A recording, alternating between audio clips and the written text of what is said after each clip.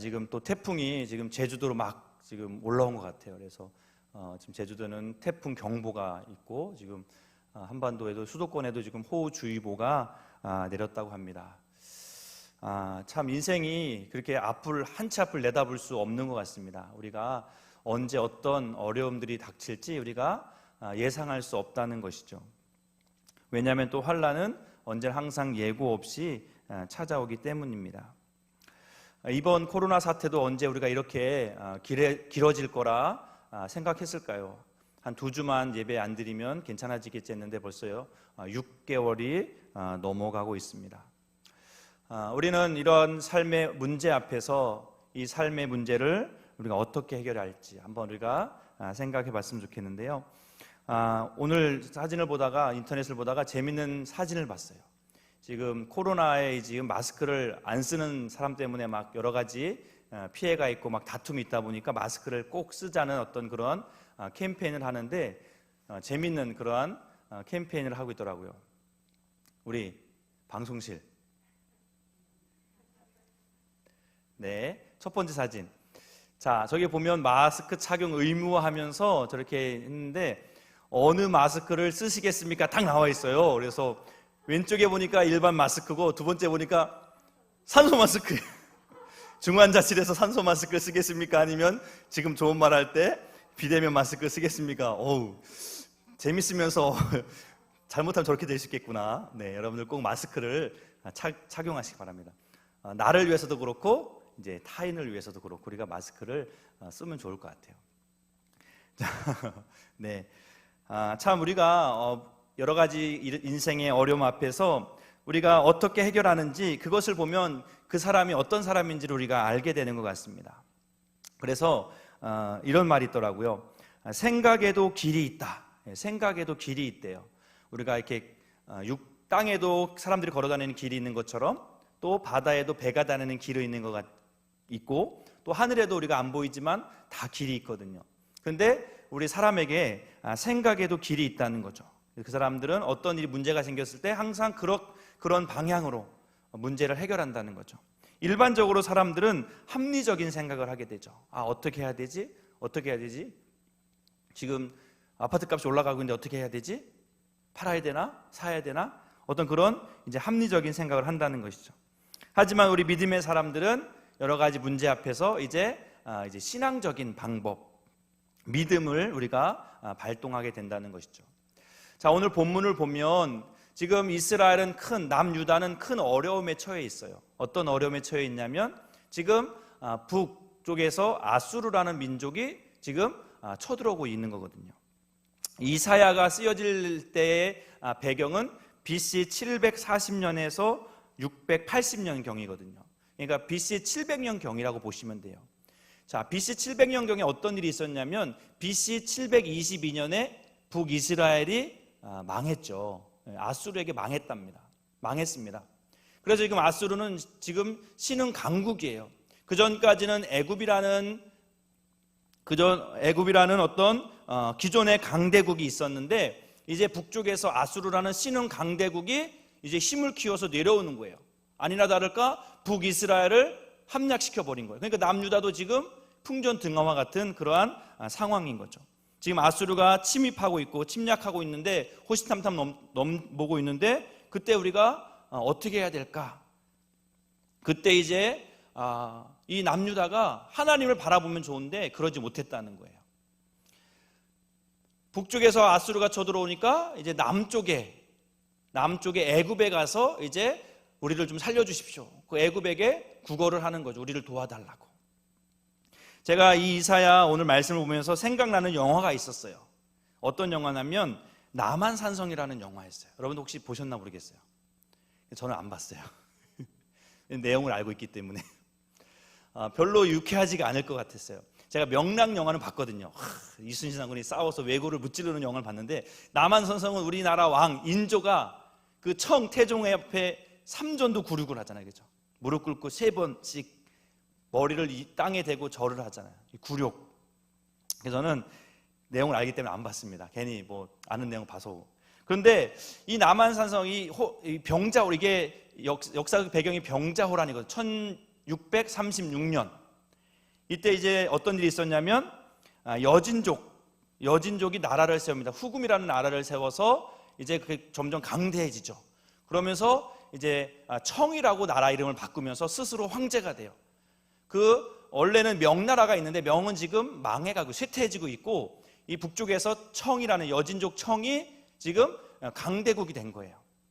그러면서 이제 우리나라가 명하고 친하게 지내고 있었는데 이제는 나에게 무릎 꿇어, 나를 섬겨, 나를 아버지 나라로 섬기라는 거죠.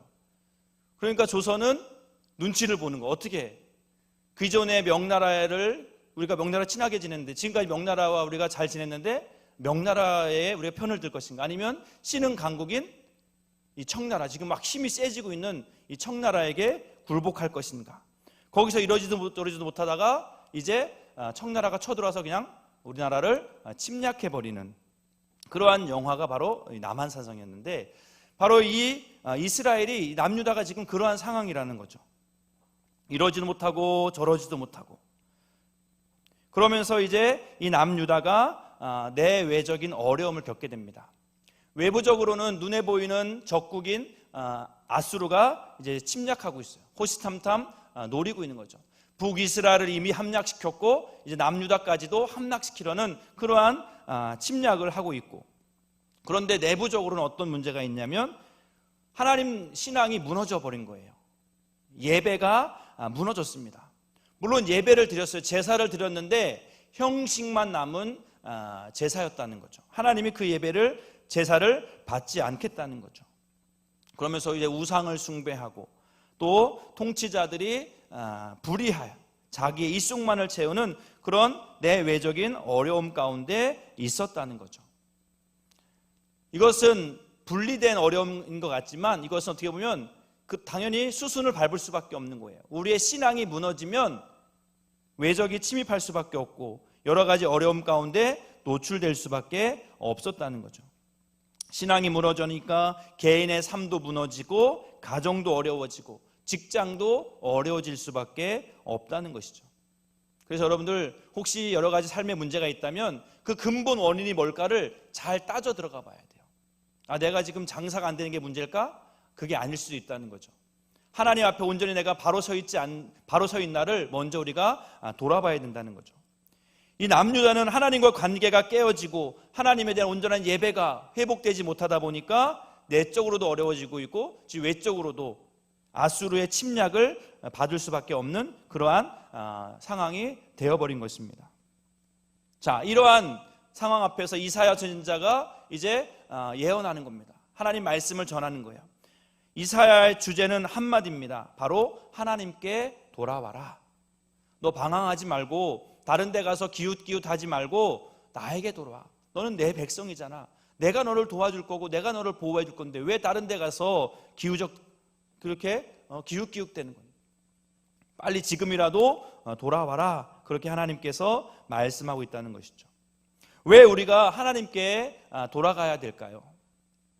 왜 우리의 삶에 문제가 있을 때 우리는 우리의 삶을 돌아보면서 우리가 정말 하나님 앞에 온전히 잘 서 있는지를 우리가 되돌아 봐야 할까?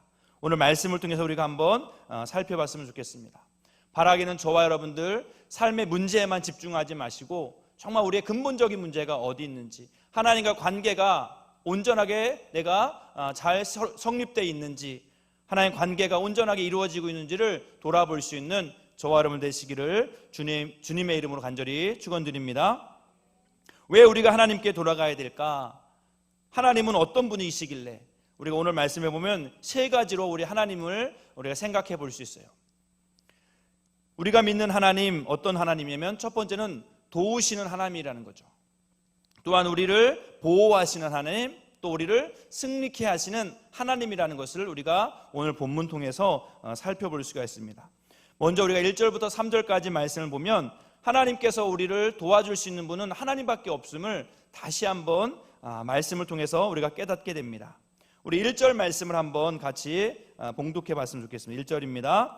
도움을 구하러 애굽으로 내려가는 자들은 화 있을진저 그들은 말을 의지하며 병거의 많음과 마병의 심히 강함을 의지하고 이스라엘의 거룩하신 이를 앙모하지 아니하며 여호와를 구하지 아니하나니. 자, 지금 아수르의 침입 앞에서 이스라엘 남유다가 하는 행동, 누구를 찾아간다는 거예요? 애굽을 찾아간다는 거예요. 애굽으로 내려간다는 거죠.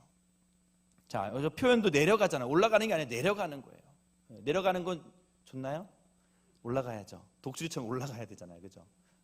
근데 애굽으로 지금 내려가고 있는 거예요. 왜 내려가요? 도움을 구하려고 지금 애굽을 내려가고 있다는 것이죠.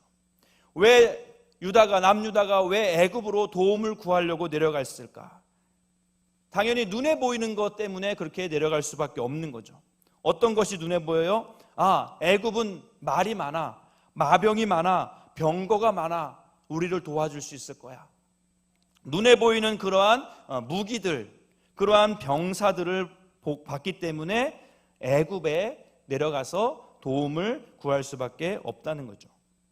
자, 그런데 하나님께서 가나안 땅에 들어가기 전에, 출애굽해서 이스라엘 백성들이 가나안 땅에 들어가기 전에 하나님께 여러 가지 당부의 말씀을 주셨어요. 그죠? 신명기를 통해서 너희들 가나안 땅에 들어가서 이거 하면 안 돼, 저거 하면 안 돼, 이거 해야 돼, 어떤 그런 계명들, 율법들을 주셨잖아요.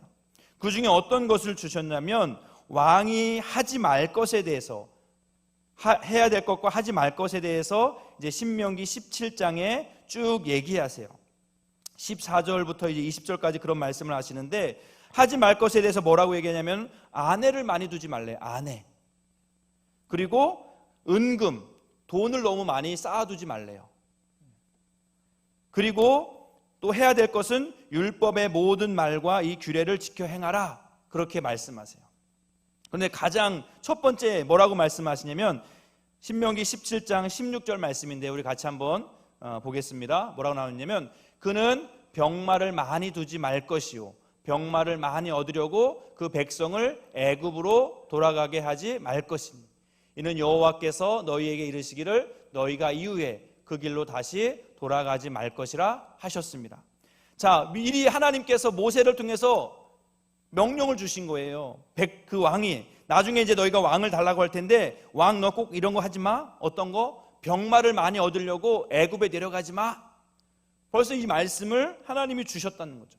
그런데 이제 이 유다와 왕들이 아수르의 침입 앞에서 이제 그들이 눈에 보이는 그 애굽 병마, 애굽의 마병을 의지해서 그것을 도움을 삼아서 내려갔다는 거죠. 아수르의 위협 앞에서 애굽을 의지했던 유다. 자, 여기서 의지한다는 표현이 두 번 나오거든요. 의지한다, 의지한다. 자, 이 의지한다는 것은 뭐예요? 우리가 어떤 사물이나 사람에게 기대는 것을 의지한다 그러잖아요, 그죠? 그거는 어떻게 보면 더 나아가 이 사람을 내가 신뢰한다, 믿는다는 표현이거든요.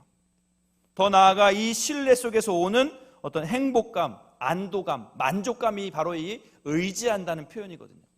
즉 아수르의 위협 앞에서 지금 유다는 애굽을 통해서 만족하려고, 애굽을 통해서 애굽을 신뢰하고 그를 통해서 만족감과 안도감을 얻으려고 한다는 거예요. 이게 뭐예요?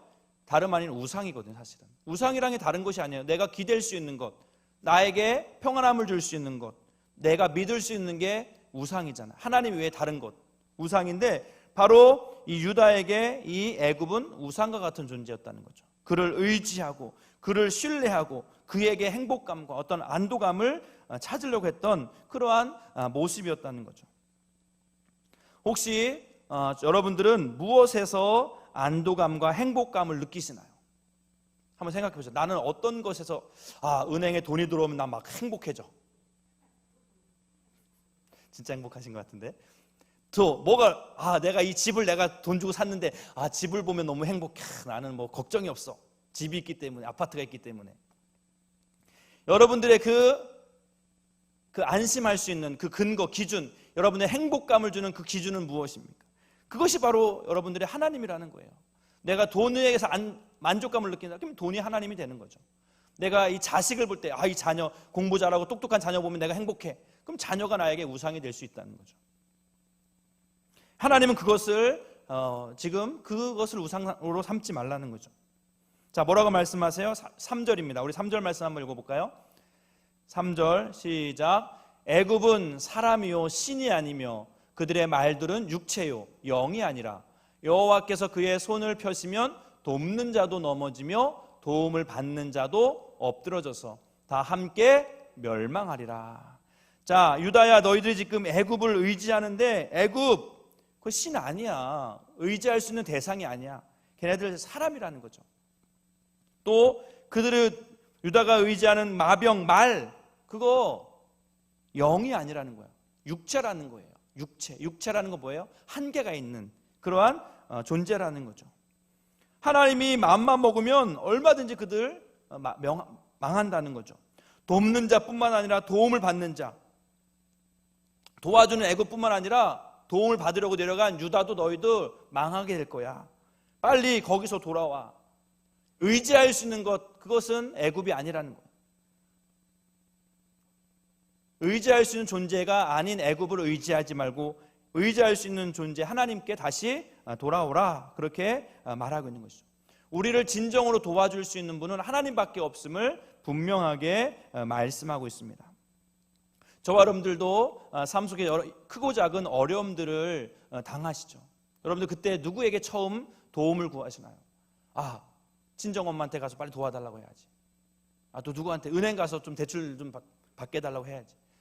딱 여러분들이 어려움 당했을 때 딱 떠오르는 그것, 그 사람, 그것이 바로 여러분들이 정말 의지하는 첫 번째 하나님이라는 거죠.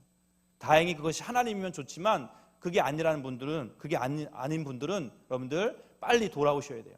우리를 진정으로 도와주실 수 있는 분은 하나님밖에 없는 줄로 믿습니다.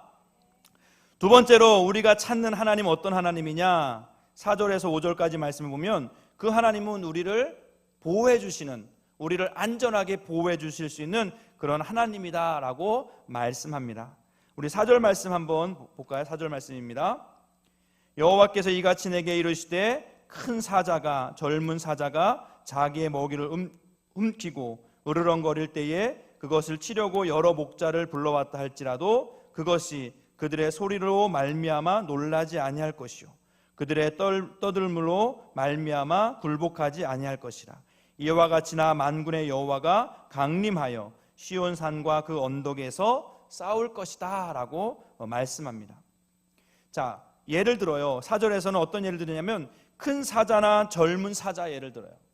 여러분들 사자 무섭잖아요, 그죠? 근데 큰 사자 또 젊은 사자 얼마나 무섭겠어요. 그 사자가 이제 힘겹게 이제 자기가 사냥을 했어요. 먹이를 가지고 있단 말이에요. 그런데 그거를 누가 쉽게 빼앗기냐는 거예요. 절대 안 뺏긴다는 거죠. 누가 그것을 뺏으려고 해도 절대로 그 사자는 빼앗기지 않는다는 거예요. 움켜쥐고 자기가 그 먹이를 먹으려고 엄청나게 이제 뺏기지 않으려고 노력한다는 거죠. 그렇게 하나님께서 하나님의 백성들을 보호한다는 거죠. 만군의 여호와가 강림하여 싸울 것이다. 우리를 대신해서 싸워주시겠다. 그렇게 말씀합니다. 자, 5절에서는 이러한 예를 듭니다. 바로 새가 그 새끼를 보호함같이 우리를 보호해 주실 것이다. 그렇게 말씀하고 있어요.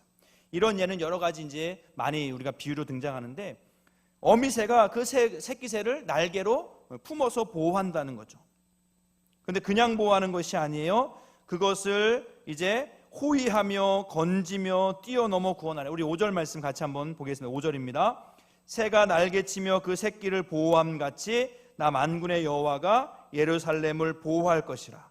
그것을 호위하며 건지며 뛰어넘어 구원하리라 하셨느니라. 아멘.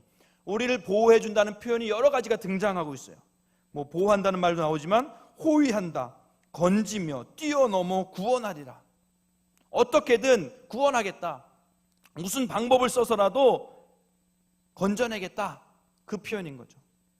하나님은 하나님의 백성을 안전하게 보호하신다는 그런 적극적인 의지의 표현이 바로 이 표현입니다. 자, 동물들만 사실 이렇게 새끼들을 또 자기 것을 중요하게 생각하고 그것을 지키는 것이 아니죠. 우리 인간은 더 심하잖아요, 그렇죠? 특별히 엄마의 정, 모성애라고 해서 모성애. 하나의 사진이 있는데요. 이게 뭐냐면 이 사진이 어떤 거냐면 2009년도에 중국 쓰촨성에 큰 지진이 있었잖아요, 그죠? 그래서 많이 죽었는데 그때 이제 그 지진 일어났던 참사 현장 속에서 사람들이 이제 구조 활동을 하다가 이것을 본 거예요. 뭐냐면 엄마가 아기를 품고 있는 거, 안고 있는 거예요. 아이가 살았으면 좋겠는데 아이도 죽었어요. 오랫동안 있었기 때문에. 그런데 너무나 저 사진을 보면 사람들이 다 깜짝 놀라는 거죠. 죽어가면서도 아이를 보호하려고 하는 그 모성 본능, 그것을 보면서 깜짝 놀랐다는 거예요. 저 사진이 이제 그해 중국 국제 보도 사진 콘테스트에서 올해 사진으로 이제 많은 사람들에게 이제 감동을 준 거죠. 엄마도 자기 자식을 그렇게 죽음 앞에서도 보호하려고 하는구나. 동물들뿐만 아니라 인간들도 그렇게 자기 자식을 보호하려고 한다는 거죠. 그런데 어머니의 사랑 못지않게 그 어머니의 사랑은 그보다 더 뛰어나게 우리 하나님은 하나님의 백성들을 보호하시겠다, 지켜내겠다, 구원해내겠다라고 말씀하고 있습니다. 우리는 그 하나님께 속히 돌아가야 될 줄로 믿습니다. 나를 누구보다도 더 안전하게 보호해 주실 분, 지금은 부모님이 여러분들 보호해 주고 수 있고 또 혹시 자녀가 나를 보호해 줄 수 있다 생각할지 모르겠지만 그것도 한계가 있는 거죠. 영원히 안전하게 끝까지 우리를 보호해 주실 수 있는 분은 하나님밖에 없는 줄로 믿습니다. 우리가 그 하나님께 나아가야 될 줄로 믿습니다. 세 번째로 우리가 돌아가야 될 하나님은 어떤 하나님이냐면 우리를 최후 승리케 하시는 그러한 하나님이다라고 6절에서 9절까지 말씀하고 있습니다. 자, 우리 6절 말씀을 한번 같이 봉독해 보겠습니다. 6절입니다. 시작. 이스라엘 자손들아, 너희는 심히 거역하였던 자에게로 돌아오라 말씀하고 있습니다. 이스라엘 자손들아, 너희가 거역했던 자 누굴까요? 하나님이겠죠. 근데 그냥 거역한 게 아니에요. 심히 거역했던 자. 하나님 앞에 심히 거역했던 너희들 하나님께 다시 돌아와라, 그렇게 말씀하고 있어요. 사실 너무나 이스라엘 백성들, 유다나 이 이스라엘 백성들이 정말 하나님 앞에서는 하나님 볼 때는 되게 괘씸할 것 같아요. 그래, 네가 그렇게 했지, 나보다 애굽을 더 좋아했지, 애굽을 쫓아갔지, 한번 너가 된통 당해봐라, 그럴 수 있을 것 같은데 하나님은 끝까지 기다리시고 끝까지 인내하시고 끝까지 돌아오라고 그렇게 말씀하신다는 거죠. 하나님을 거역했다는 것은 뭐예요? 하나님의 말씀에 불순종했다는 것이고 배역했다는 것이고 배교했다는 것, 또 하나님을 떠났다는 거죠. 그런데 다시 하나님께 돌아오라. 이스라엘 백성이 유다가 하나님의 언약을 어겼잖아요. 그러면 그 언약은 벌써 이제 깨진 거예요. 그런데도 하나님은 여전히 돌아오라고, 다시 언약을 회복하자, 그렇게 말씀하시는 것입니다. 자, 왜 돌아오라는 거예요? 이제 끝날이 있기 때문에, 마지막 날이 있기 때문에, 너희가 애굽이 강성하고 애굽이 너희를 도와줄 수 있을 거라 생각하지만 아니라는 거죠. 그날이 되면 이제 하나님께 손을 들어서 심판하실 날이 되면 이제 모든 것이 다 끝난다는 거죠. 자, 7절 말씀에 보면 이렇게 나와 있습니다. 너희가 자기 손으로 만들어 범죄한 은우상, 금우상을 그날에는 각 사람이 던져버릴 것이며, 너희가 그동안 그 전에는 막 이것을 우상을 섬기며 그것 없으면 못 산다고 했던 그 금우상, 은우상, 어떤 사람 우상, 어떤 애굽 우상, 그 모든 우상들을 그날에 너희가 다 던져버리게 될 것이다. 왜? 이제 쓸모가 없다는 거죠. 이제 이것이 헛된 것이라는 것을 알게 됐다는 거죠. 그날이 어떤 날일까요? 바로 이제 전쟁의 날이죠. 하나님께서 손을 들어 심판하시는 전쟁의 날, 바로 그날은 우상과 우상 숭배하는 자들에게는 심판의 날, 저주의 날이 될 것이고, 하나님께 돌아온 자에게는 어떤 날이 될까요? 구원의 날, 우리를 안전하게 보호해 주시는 그러한 축복의 날이고 생명의 날이 되겠죠. 그 날이 멀지 않았다는 겁니다. 코로나가 영원히 오래 갈 것 같을지라도 아니라는 거예요. 금방 간다는 거죠. 우리가 이때, 이 어려운 시기 때 우리가 어떻게 하느냐가 어떻게 보면 우리의 신앙의 진면목일 수 있다는 생각을 하게 됩니다. 이러할 때도, 이런 중에도 너희가 정말 하나님께 나와 예배하지 못할지라도 정말 그렇게 온라인으로라도 예배하려고 노력하고 정말 하나님 말씀 가운데 살려고 하는 모습을 보이니 아니니 한번 하나님이 우리의 믿음을 테스트한다고 볼 수도 있을 것 같습니다. 그날이 속히 온다는 거죠. 그러니까 속히 하나님 앞에 돌아와라, 그렇게 말씀합니다. 자, 8절에도 보면 너희가 그렇게 무서워했던 아수르도 금방 망할 거야, 걱정하지 말라는 거죠. 사람의 칼이 아니라 하나님이 없앨 거다, 하나님께서 심판할 거다 말씀합니다. 우리 8절 말씀 한번 읽어볼까요? 8절입니다. 아수르는 칼에 엎드러질 것이나 사람의 칼로 말미암음이 아니겠고 칼에 삼켜질 것이나 사람의 칼로 말미암음이 아닐 것이며 그는 칼 앞에서 도망할 것이요 그의 장정들은 복역하는 자가 될 것이라. 자, 지금 아수르가 기고만장해서 막 쳐들어오지만 그들도 이제 하나님께서 손대면 그들도 망한다는, 엎드러진다는 거예요. 그런데 어떤 사람, 애굽의 칼에 엎드러지는 것이 아니라는 거죠. 사람의 칼에 엎드러진다는 것이 아니에요. 그럼 누구에 엎드러질까요? 하나님에 의해서. 하나님이 이제 심판하면 그들도 이제 엎드러진다는 거죠. 우리는 너무나 잘 알고 있어요. 이 아수르가 망했다는 걸 너무나 잘 알고 있어요. 얼마 지나지 않아서 이 아수르가 하나님의 심판 앞에서 그들이 망해서 그들의 나라로 돌아갔다는 것을 우리는 보게 됩니다. 우리 이사야 37장 36절 말씀인데요, 우리 같이 한번 볼까요? 시작. 여호와의 사자가 나가서 아수르 진중에서 18만 5천인을 쳤으므로 아침에 일찍 일어나 본즉 시체뿐이라. 자, 지금 아수르가 몇만 명이요? 18만 5천 명. 병자호란 때 청나라는 12만 명, 12만 대군을 몰고 왔는데 그보다 더 많아. 18만 5천 명. 엄청나겠죠. 남유다는 우리나라보다도 조그만 나라잖아요. 근데도 18만 5천이 왔으니까 얼마나 두려웠겠어요. 그런데 하나님의 사자가 나가서 싸우니까 하루아침에 시체가 됐다는 거죠. 누가 싸운 거예요? 애굽이 와서 싸워준 건가요? 아니라는 거죠. 하나님의 사자가, 하나님께서 그들을 친히 심판하시고 그들이 멸망을 당했다, 그렇게 말씀하고 있습니다. 자, 9절 마지막 말씀입니다. 우리 9절 말씀 한번 읽어볼까요? 9절 시작. 그의 반석은 두려움으로 말미암아 물러가겠고 그의 고관들은 기치로 말미암아 놀라리라. 이는 여호와의 말씀이라. 여호와의 불은 시온에 있고 여호와의 풀무는 예루살렘에 있느니라. 아멘. 아무리 아수르가 힘이 세고 할지라도 하나님이 있는 시온 땅, 이 예루살렘을 넘볼 수 없다는 거예요. 자, 우리가 근데 여기서 잘 알아야 됩니다. 어떤 공간을 의미하는 게 아니에요. 그 시온 땅, 지금 예루살렘 어떤 그런 공간적인 것을 의미하는 거예요. 지역적인 것을 의미하는 게 아닙니다. 거기가 왜 난공불락의 성이 되는 거예요? 하나님이 계시기 때문에, 하나님이 그곳에 다스리고 있고 하나님께서 역사하시기 때문에 그 시온, 예루살렘에 있는 그 시온이 바로 난공불락의 성이 되는 거지, 그 성이기 때문에 지금도 그러면 그 예루살렘에 전쟁이 일어나지 말아야 되는데 그건 아니잖아요. 그 지역을 의미하는 것이 아니라 하나님이 함께하기 때문에, 하나님의 말씀이 있기 때문에 그 땅을 칠 수가 없다는 것이죠. 자, 이것은 우리에게 어떻게 적용할 수 있을까요?